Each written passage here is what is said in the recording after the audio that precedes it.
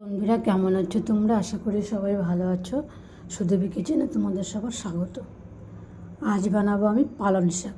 তো পালং শাকটা বানাবো আমি আলু বেগুন আর দেবো ডালের বড়ি। ছুলে নিয়েছি, ধুয়ে নিয়েছি, কাটা হয়নি, কেটে নেব। দেখো বেগুনটাও কাটতে হবে। আর এই দেখো ডালের বড়ি। তো ডালের বড়িটা আমি এখন তেলে ভেজে নেব। তো ভালো করে বেছে ধুয়ে নিয়েছি, এখন শাকটাও কেটে হয়ে গিয়েছে। দিয়ে দেবো তেল, আজকে সর্ষের তেল দিয়ে বড়ি,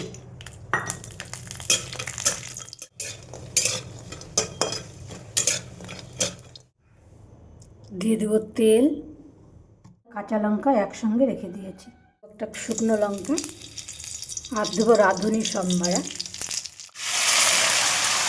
কষাতে কষাতে আমি শাকটা কেটে নেব। একটু বড় বড় করে কাটবো।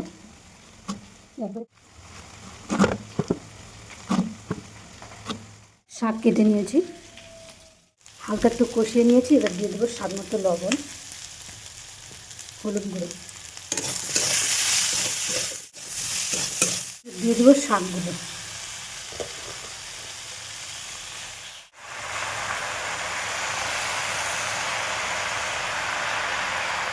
মিনিট মতন ঢেকে দেব, একটু মজে যাবে, তারপরেই ভালো করে দেখি কত দূর হলো।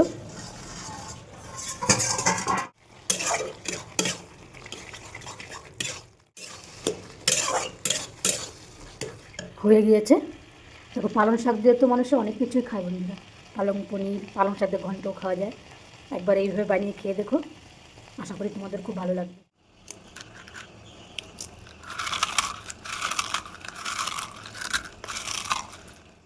এবার ডালের বড়িগুলো দিয়ে দেবো। ডালের বড়ি একটু শক্ত শক্ত থাকলেই ভালো লাগে, বেশি নরম হয়ে গেলে ভালো লাগে না। এবার নামিয়ে নেব।